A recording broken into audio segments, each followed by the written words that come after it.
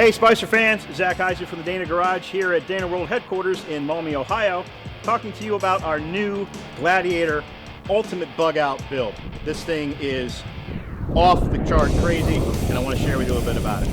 It has our Ultimate Dana 60 front axle for JP, so all the stuff you love about Ultimate Dana 60 axles, 35 spline chromoly axle shafts, ARB lockers or EDL lockers, 35 spline worn locking hubs, 14-inch disc brakes with dual piston calipers, all the thick tubes and brackets, all the things that you love about the Ultimate Dana 60 front axle, we've got it under this JP. In the rear, we've got our new Ultimate Dana 80 40 spline rear axle with an ARB locker. We're going to talk about that in a minute.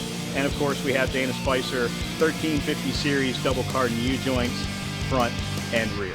So the first thing you're going to notice about the ultimate bug out vehicle is this extensive metalwork that you see on the outside.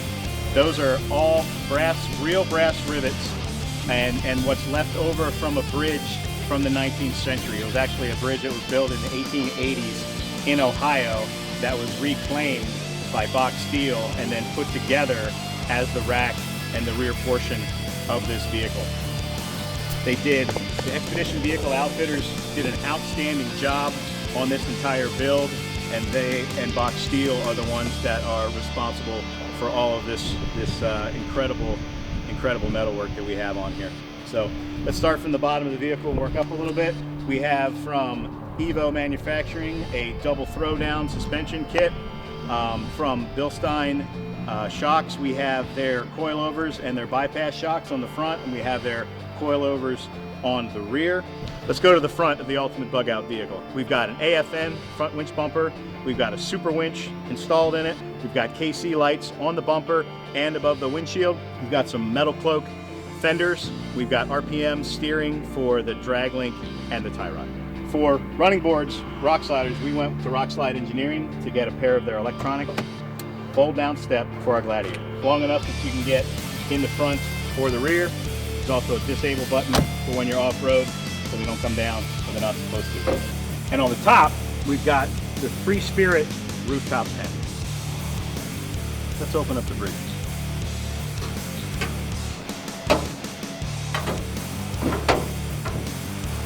So back here is where we have all of our overland gear. We have our Pro Eagle jack, we have our Clear Source water filtration system, and our fire extinguisher. It has its own water tank and its own filtration. We can hook up right to the stream, filter it, fill our tank with water. Now we can go to the other side.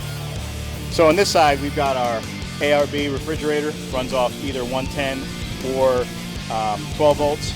We've got the Red Arc power upgrades. We've got a huge inverter in here. We've got all kinds of power. We've got a Barnes heavy duty dual battery rack. We've got our power tank mount for our small propane tank. The hose reel is actually connected to the propane, so we can take our camp stove and put it anywhere we like.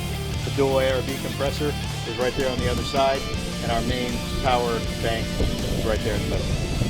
So back here with more bridge work, we have our Max Built off-road taillights. We have some more LEDs. We have our Webasto tent heater up top there, and then down here where it's difficult to see, we have our Webasto diesel-fired engine preheat system.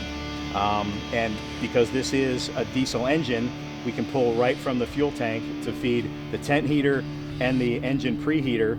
And of course, on our diesel engine, we couldn't go without having some Banks power up goodies. Thanks so much for joining us today. See you on the trails.